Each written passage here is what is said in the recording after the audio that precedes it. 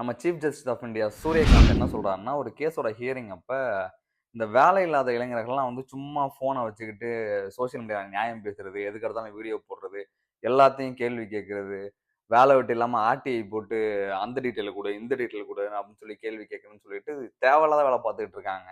அவங்கலாம் ஏகப்பட்ட குடைச்சலா இருக்கு. அவங்கலாம் வந்து ஒரு கரப்பான்பூச்சி மாரி அப்படின்ற மாரியான ஒரு ஸ்டேட்மெண்ட்ட குடுத்துடுறாரு. அவர் ஸ்டேட்மெண்ட் குடுத்ததுமே வந்து சோசியல் மீடியா எல்லாருமே என்ன நாங்க என்ன கரப்பான்பூச்சியா? கேள்வி கேட்டா கரப்பான்பூச்சியா? எனக்கு வேலை இல்ல அப்படின்னு கொஸ்டின் பண்ணா கரப்பான்பூச்சியா? இங்க வந்து நீட்ல வந்து பேப்பர் லீக் ஆயிடுச்சுன்னு சொன்னா கரப்பான்பூச்சியா? எதுக்கு எங்கள கரப்பான்பூச்சின்னு சொல்றீங்க? நாங்க நியாயமான கேள்விகள் தானே கேட்டுட்டு இருக்கோம் அப்படின்னு சொல்லிட்டு சோசியல் மீடியால நெறைய அவுட் பர்ஸ்ட் நடந்துகிட்டே இருந்தது. அதுக்கு இடையில தான் வந்து இந்த மாரி வந்து ஒரு ஹேண்டில வந்து அபிஜித் வந்து ஸ்டார்ட் பண்றாரு. அபிஜித் அந்த ஹேண்டில ஸ்டார்ட் பண்ணும்போது நெறைய பேர் அத ஃபாலோ பண்ண ஆரம்பிக்கிறாங்க. அடுத்தடுத்து அதுல ஃபாலோவர்ஸ் இன்கிரீஸ் ஆயிட்டே இருக்கு.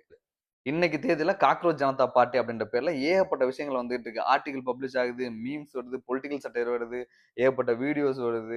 அவங்களோட டிமாண்ட்ஸா வந்து கல்வித்துறை அமைச்சர வந்து மாத்தணும் அப்படின்னு சொல்லிட்டு டிமாண்ட் வருது.